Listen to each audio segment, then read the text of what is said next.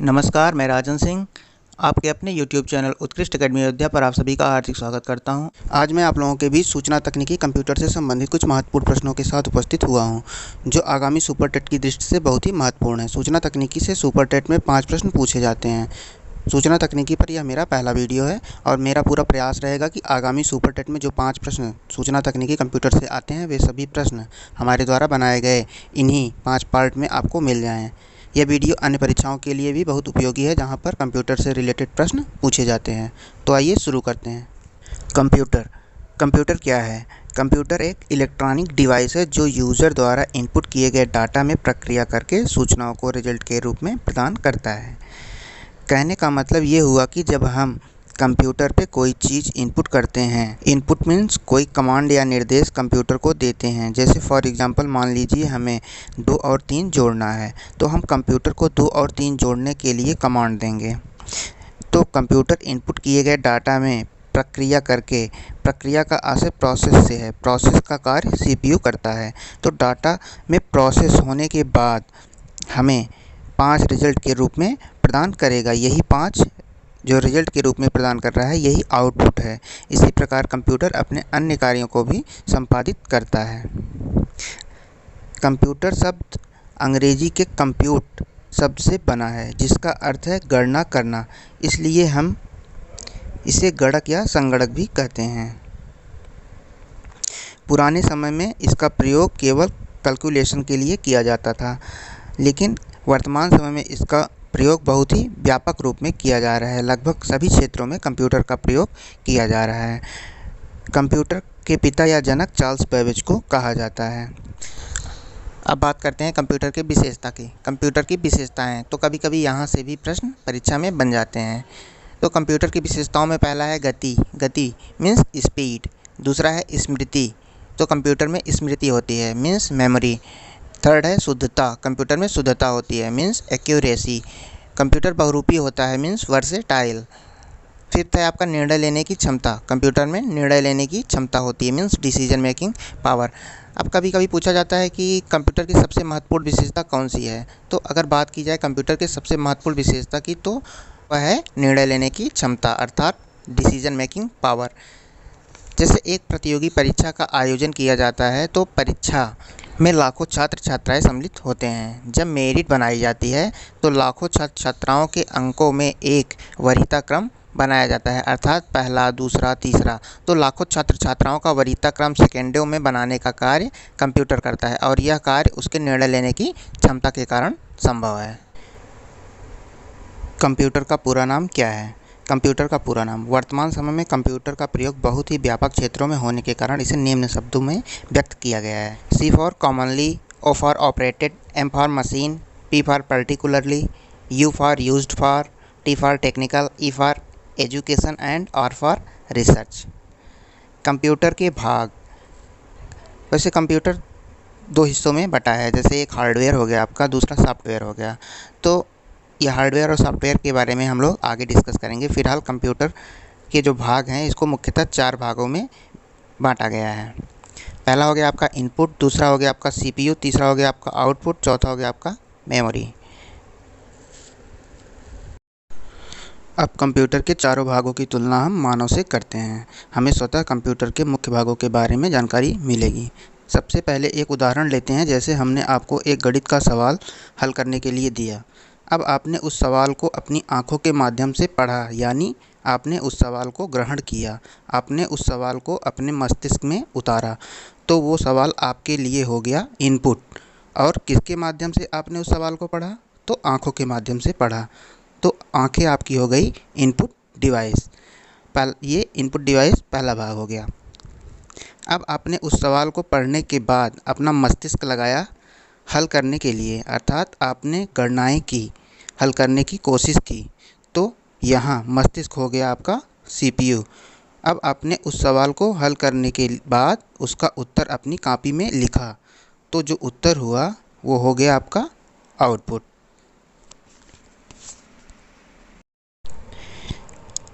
अब हम लोगों ने कंप्यूटर के 3 भागों को देख लिया है। पहला इनपुट, दूसरा CPU अर्थात प्रोसेसर, तीसरा आउटपुट। अब चौथा भाग देखते हैं मेमोरी। आपने पहले से गणित के सूत्र, जो सवाल आप हल कर रहे थे, अगर गणित का सूत्र आपने पहले से नहीं पढ़े थे, आपको याद नहीं थे, आपको कंठस्थ नहीं थे, अर्थात आपकी मेमोरी में नहीं थे, तो आप उस सवाल को नहीं हल कर पाते। इस प्रकार चौथा भाग जो हम लोग काम में लाए वो है मेमोरी। जब कोई भी चीज़ हम लोग इनपुट करते हैं तो वो सीधा सीपीयू में जाता है। CPU mean central processing unit. तो यहाँ पे प्रोसेस होने के उपरांत जो रिजल्ट प्राप्त होता है वो आउटपुट कहलाता है। जैसे मान लीजिए कि कीबोर्ड पे हम लोग कुछ टाइप कर रहे हैं, तो टाइप करने के उपरांत वो सीधा सीपीयू में जाता है। फिर सीपीयू में वो प्रोसेस होने के बाद रिजल्ट देता है। जो रिजल्ट प्राप्त होता है वही आउटपुट होता है। अब यहाँ पर सीपीयू को देखिए, सीपीयू हमेशा इनपुट और आउटपुट के मध्य कार्य करता है, तो सीपीयू को हम सेंट्रल प्रोसेसिंग यूनिट कहते हैं। तो यहाँ से एक प्रश्न ये पूछा जाता है कि सीपीयू का फुल फॉर्म क्या है, तो सेंट्रल प्रोसेसिंग यूनिट। और सीपीयू को ही कंप्यूटर का मस्तिष्क कहा जाता है, ये भी इम्पॉर्टेंट है। और सीपीयू को माइक्रो प्रोसेसर या प्रोसेसर के नाम से भी जानते हैं। अगर परीक्षा में पूछा कि सीपीयू कौन सी डिवाइस है, तो सीपीयू प्रोसेस या प्रोसेसिंग डिवाइस के नाम से जाना जाता है। अब आइए एक एक करके देखते हैं। पहले इनपुट, फिर सीपीयू, फिर आउटपुट, फिर मेमोरी। इनपुट क्या है? इनपुट से डाटा सदैव सीपीयू में जाएगा।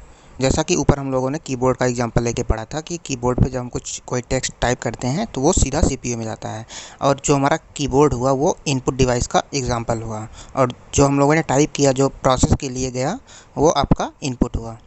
ऐसे ही माउस से अगर हम कोई चीज़ सेलेक्ट करते हैं या क्लिक करते हैं किसी चीज़ पे, तो वो हमारा इनपुट हुआ, और जो माउस हुआ वो आपका इनपुट डिवाइस हुआ। तो मानव द्वारा मशीन को दिया गया डाटा अथवा सूचना ही इनपुट कहलाता है।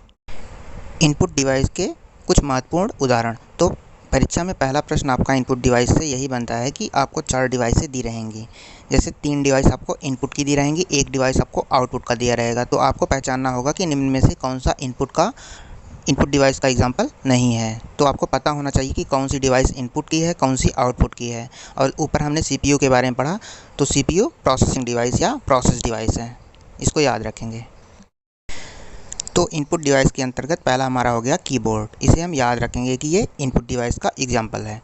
अब हम कीबोर्ड से बनने वाले प्रश्नों को भी यहीं पर देख लेते हैं कि कीबोर्ड से क्या क्या प्रश्न बन सकते हैं परीक्षा में। कंप्यूटर लैपटॉप में प्रयोग किया जाने वाला कीबोर्ड क्वार्टी कीबोर्ड के नाम से प्रचलित है, जो कि स्मार्टफोन में हम क्वार्टी कीपैड के नाम से भी जानते हैं। क्या आप लोगों ने कभी सोचा कि इसका नाम क्वार्टी कीपैड क्यों पड़ा? तो आइए चित्र के माध्यम से समझते हैं।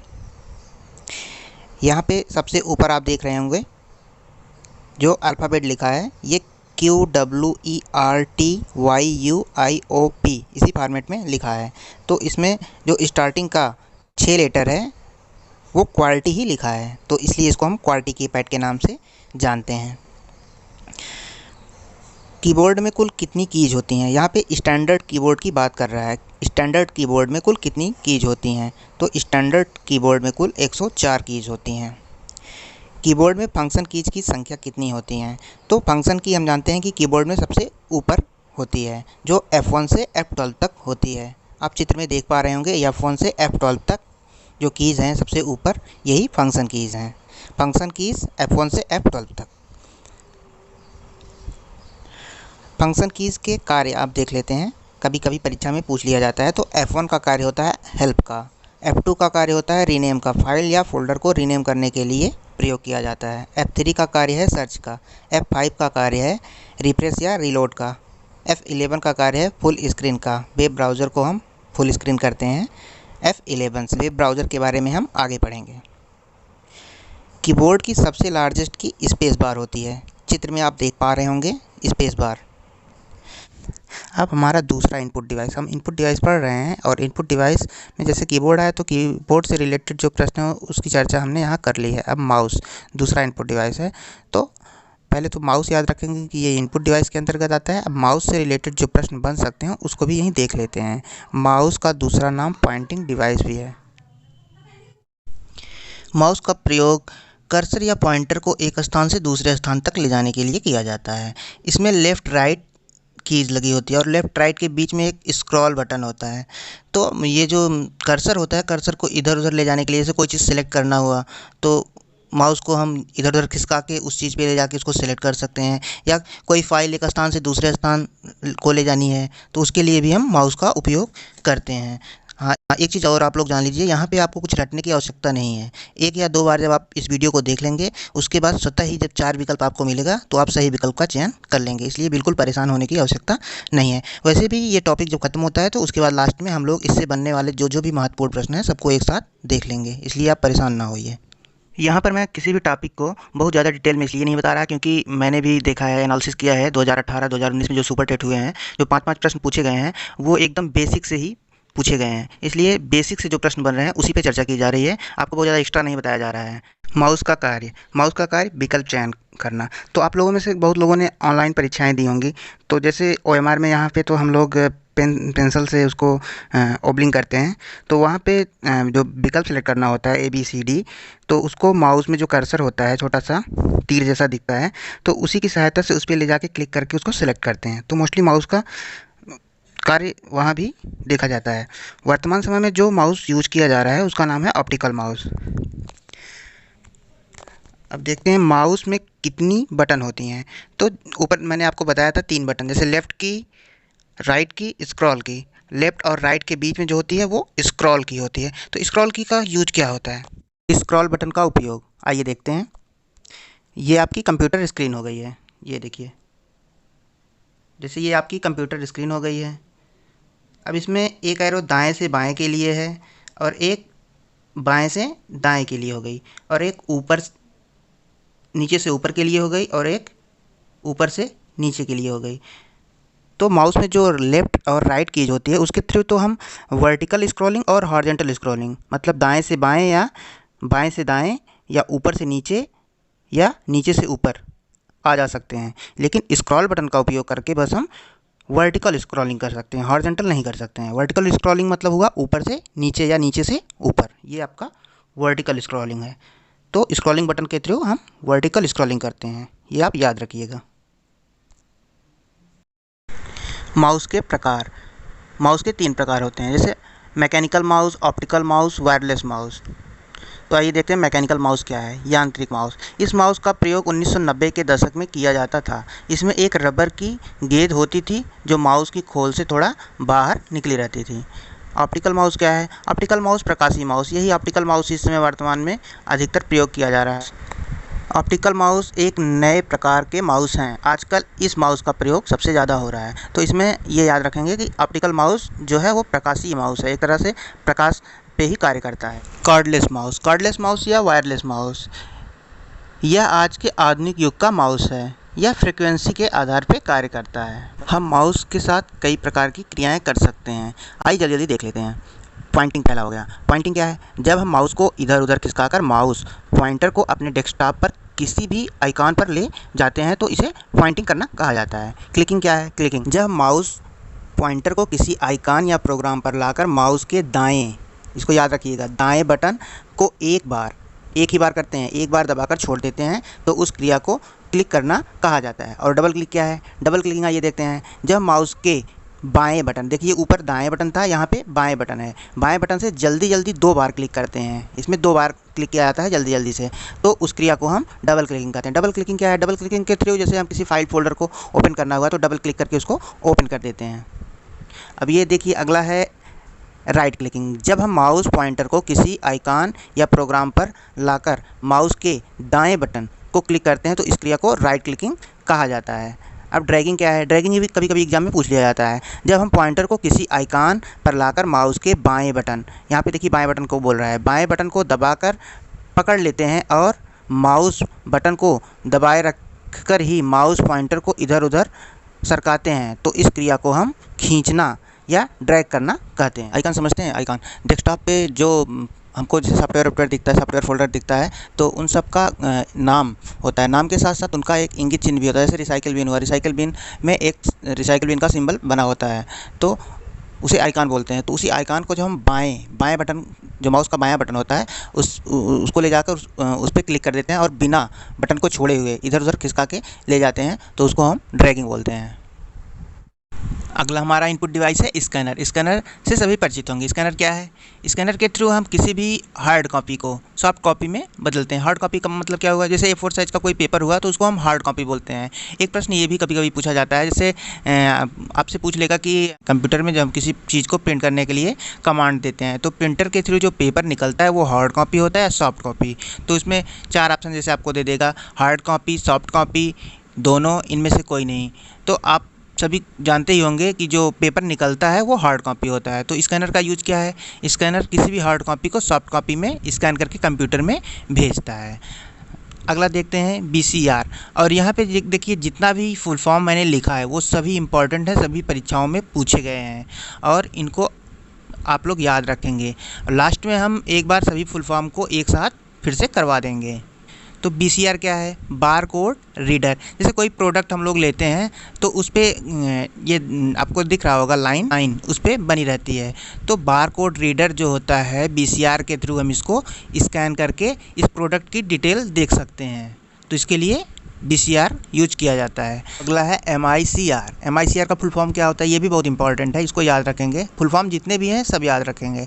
मैग्नेटिक इंक कैरेक्टर रीडर, कहीं कहीं इसको रिकॉग्निशन भी बोलते हैं, तो दोनों याद रखेंगे। MICR का उपयोग क्या है? MICR का उपयोग बैंकों में जो चेकबुक होता है, चेकबुक के नीचे जो चुंबकीय स्याही में जो कुछ अंक लिखे होते हैं उसी को रीड करने के लिए इसका उपयोग किया जाता है। तो आप ये देख रहे हैं, जैसे आपका ये चेक हो गया, 1 मिनट दिखाते हैं। जैसे ये मान लीजिए आपका ये चेक हो गया, तो चेक में यहाँ नीचे की तरफ अंकों में कुछ लिखा होता है और जो चुंबकीय स्याही में लिखा होता है। तो MICR जो होता है ये इसे रीड करता है, इसका यही यूज होता है। अब अगला देखते हैं। अगला है OMR। OMR से तो आप सभी परिचित होंगे। OMR वही है जो एग्ज़ाम देते समय, मतलब जब आप एग्ज़ाम देते हैं तो आपको OMR सीट मिलती है, वही OMR है। OMR का फुल फॉर्म क्या होता है? Optical mark reader. तो जो आपकी OMR सीट होती है वो OMR ऑप्टिकल मार्क रीडर के थ्रू जाँची जाती है। OMR का उपयोग परीक्षा में दिए गए OMR सीट की जांच हेतु किया जाता है। अगला है QR कोड। QR कोड का मतलब होता है क्विक रिस्पांस कोड। आजकल QR कोड का बहुत ज़्यादा ही प्रयोग किया जाता है। आप आधार कार्ड में भी देखे होंगे तो वहाँ पे QR कोड ही यूज किया जाता है। QR कोड ऐसे मतलब एक बॉक्स होता है, उसमें डॉट डॉट डॉट डॉट करके, जैसे यहाँ पे दिखाया गया है, एक बॉक्स है, बॉक्स में कुछ डॉट डॉट डॉट करके, तो इस तरह का ये होता है QR कोड। QR कोड को रीड करने के लिए QR स्कैनर एप्लीकेशन होता है, उसी का यूज़ किया जाता है QR कोड को रीड करने के लिए। तो यहाँ पे आपने देखा BCR, MICR, OMR, QR, ये सब आपके इनपुट डिवाइस के एग्जाम्पल में आएंगे। और अगला हमारा इनपुट डिवाइस का एग्जांपल है माइक्रोफोन या माइक। माइक्रोफोन या माइक के थ्रू हम अपना वॉइस रिकॉर्ड करके कंप्यूटर में भेजते हैं। जैसे हम कोई वॉइस रिकॉर्ड करते हैं तो कंप्यूटर में सेव होता है, मोबाइल में सेव होता है, इसलिए माइक या माइक्रोफोन इनपुट डिवाइस के अंतर्गत आते हैं। अगला हमारा इनपुट डिवाइस है जॉयस्टिक। जॉयस्टिक का उपयोग क्या है? जॉयस्टिक का उपयोग हम गेम खेलते समय करते हैं। तो जॉयस्टिक से 2 प्रश्न यहाँ बनते हैं। एक तो आपको ये याद रखना है कि ये इनपुट डिवाइस के अंतर्गत आता है, दूसरा ये पूछ सकता है कि जॉयस्टिक का उपयोग किया जाता है। तो जॉयस्टिक का उपयोग गेम खेलने में किया जाता है। अगला हमारा इनपुट डिवाइस का एग्जांपल है लाइट पेन। लाइट पेन एक इनपुट डिवाइस होने के साथ साथ एक इलेक्ट्रो ऑप्टिकल पॉइंटिंग डिवाइस भी है, जिसका प्रयोग ड्राइंग बनाने के लिए, ग्राफिक्स बनाने के लिए, मेन्यू का चुनाव करने के लिए किया जाता है। इसके अलावा इनपुट डिवाइस में थंब स्कैनर है, चित्र में आप देख पा रहे होंगे। बायोमेट्रिक है, बायोमेट्रिक भी आपका इनपुट डिवाइस का एग्जांपल है। Track ball. ट्रैक बॉल क्या है? ट्रैक बॉल से यहाँ पे 2 प्रश्न बनेंगे। ट्रैक बॉल से तो पहला प्रश्न ये बनेगा कि ये किस डिवाइस का एग्जांपल है। तो हमको ये याद रखना है कि ट्रैक डिवाइस इनपुट डिवाइस का एग्जांपल है। अब आइए जानते हैं ट्रैक बॉल है क्या। दूसरा प्रश्न क्या बनेगा? जैसे ट्रैक बॉल से हमारा जो दूसरा प्रश्न बनेगा वो इस तरह से बन सकता है कि ट्रैक बॉल एक उदाहरण है सॉफ्टवेयर डिवाइस का, प्रोग्रामिंग डिवाइस का, पॉइंटिंग डिवाइस का, प्रिंटिंग डिवाइस का। तो ट्रैक बॉल एक पॉइंटिंग डिवाइस है, ये हमको याद रखना है। आइए कुछ और इनपुट डिवाइस के एग्जांपल देखते हैं।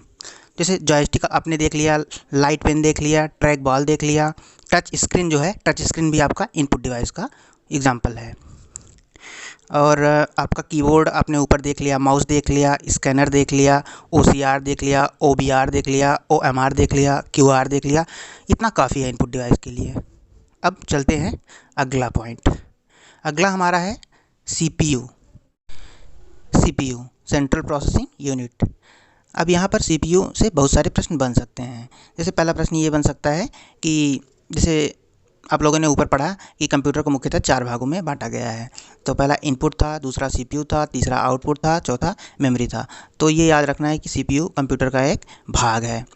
दूसरा प्रश्न ये बन सकता है कि आपसे पूछ सकता है कि CPU का फुल फॉर्म क्या है, तो ये भी याद रखना है, सेंट्रल प्रोसेसिंग यूनिट। तीसरा प्रश्न ये बन सकता है कि कंप्यूटर का मस्तिष्क कहा जाता है, तो हम लोगों को ये भी याद रखना है कि CPU को ही कंप्यूटर का मस्तिष्क कहा जाता है, मस्तिष्क कहा जाता है। चौथा प्रश्न ये बन सकता है कि CPU को कितने भागों में बांटा गया है, तो कहीं कहीं हमको 2 मिलता है, कहीं कहीं 3 मिलता है, तो हम 3 देख लेते हैं क्या क्या है। CPU के भाग, CPU को 2 या 3 भागों में बांटा गया है, वैसे 3 याद रखेंगे। पहला है CU मतलब कंट्रोल यूनिट। दूसरा है ALU का फुल फॉर्म होता है अर्थमेटिक लॉजिक यूनिट। ये दोनों फुल फॉर्म बहुत ही इंपॉर्टेंट, जितने फुल फॉर्म मैंने बताए सब बहुत इंपॉर्टेंट हैं। अब देखते हैं तीसरा भाग क्या है। जैसे CPU का यहाँ पे आप देख सकते हैं, पहला पार्ट हो गया CU control unit, ALU arithmetic logic unit, और तीसरा है MU मेमोरी यूनिट इसको कहते हैं। इसको कहीं कहीं रजिस्टर भी बोलते हैं। ये अस्थायी सूच्यतम और तेज होता है। अब यहाँ से देखते हैं CU का फुल फॉर्म कंट्रोल यूनिट हो गया। अर्थमेटिक लॉजिक यूनिट मतलब हो गया गणितीय व तार्किक इकाई। अच्छा, एक चीज़ और आप लोग देखिए, आइए देखते हैं। जैसे ये जो है ये मॉनिटर है, इसको तो सभी लोग जानते होंगे, UPS। पहली चीज़ तो UPS का फुल फॉर्म बहुत इंपॉर्टेंट है। UPS का फुल फॉर्म पूछ सकता है। UPS का फुल फॉर्म होता है अनइंटरप्टेड पावर सप्लाई, मतलब बिना बाधित बिजली आपूर्ति। UPS का कार्य ये होता है कि जैसे पहले इन्वर्टर नहीं होता था, तो उस समय जैसे कि हम कंप्यूटर पे कार्य कर रहे हैं और अचानक लाइट कट गई। अचानक लाइट कटने से हमारा फाइल, अगर फाइल को हम लोगों ने सेव नहीं किया है तो वो ऑटोमेटिक डिलीट हो जाती थी। तो ऐसे में जैसे लाइट कटता था तो UPS के थ्रू थोड़ी देर तक लाइट की सप्लाई आती थी और हम अपनी फाइल को सेव करके कंप्यूटर को ईजिली शट डाउन कर देते थे। तो UPS का फुल फॉर्म आप लोग याद रखेंगे और UPS का कार्य आप लोगों ने जान लिया है। और ये आपको दिख रहा होगा, सभी लोग इसको CPU के नाम से जानते हैं, लेकिन ये एक तरह का कैबिनेट है, मतलब एक तरह का डिब्बा, बॉक्स बोल सकते हैं। CPU होता क्या है, जैसे यहाँ पे आप देख रहे हैं रेड कलर का ये पूरा, इसको हम मदरबोर्ड के नाम से जानते हैं, और इसको हम चिप कह सकते हैं, कार्ड कह सकते हैं, एक तरह का प्लेट कह सकते हैं। ये जो प्लेट होता है, ये चिप होता है, कार्ड होता है, जो भी आप कहें, ये आपके इसी CPU के अंदर होता है। और इसी मदरबोर्ड पे ही एक छोटा सा चिप, ये आप देख पा रहे होंगे, छोटा वाला जो रेड कलर का बॉक्स है, ये आपका CPU है, ये इसी पे लगा होता है। ALU अर्थमेटिक लॉजिक यूनिट, गणितीय व तार्किक इकाई। तो जो जोड़, घटाव, गुणा, भाग, ये सब संक्रियाएँ होती हैं, ये सब ALU में संपादित होती हैं। पूरे कंप्यूटर का नियंत्रण केंद्र या कंप्यूटर का मस्तिष्क किसे कहा जाता है? CPU को। अच्छा, अगर मान लीजिए जैसे कि पूछ लिया कि कंप्यूटर का मस्तिष्क किसे कहते हैं, उसमें CPU का ऑप्शन ना दिया हो, CPU की जगह आपको CU और ALU दिया हो, इसके अलावा कोई 2 विकल्प और दिया हो, तो उस समय कौन सा विकल्प चूज करेंगे? तो उस समय हम हमेशा ALU का विकल्प चूज करेंगे, क्योंकि ALU जो है वो CPU का ब्रेन एक तरह से है, और CU जो है वो CPU का एक तरह से हार्ट है। तो इसलिए हम ALU को वहाँ पे सेलेक्ट करेंगे। CU कंट्रोल यूनिट, देखिए CU की बात कर रहा है, कंट्रोल यूनिट, इसका फुल फॉर्म भी आप याद रखेंगे। CU मतलब कंट्रोल यूनिट। CPU का नियंत्रण केंद्र है, अर्थात CPU में होने वाले समस्त कार्यों का नियंत्रण CU करता है, इसीलिए इसको CPU का हार्ट कहते हैं। विश्व में सर्वाधिक CPU का निर्माण किस कंपनी द्वारा किया जा रहा है? ये भी प्रश्न पूछा गया है। इंटेल, विश्व में सर्वाधिक CPU का निर्माण इंटेल कंपनी द्वारा किया जाता है, तो ये आप याद रखिएगा, इंटेल सबसे ज़्यादा CPU का निर्माण कर रही है। इस वीडियो में कंप्यूटर के 4 भागों में से हम लोगों ने इनपुट डिवाइस CPU को डिस्कस कर लिया है। अगली वीडियो में हम मेमोरी और आउटपुट डिवाइस को भी डिस्कस कर लेंगे। इसके साथ ही अन्य जो टॉपिक होगा उसको भी कवर करेंगे। थैंक यू, मिलते हैं नेक्स्ट वीडियो में।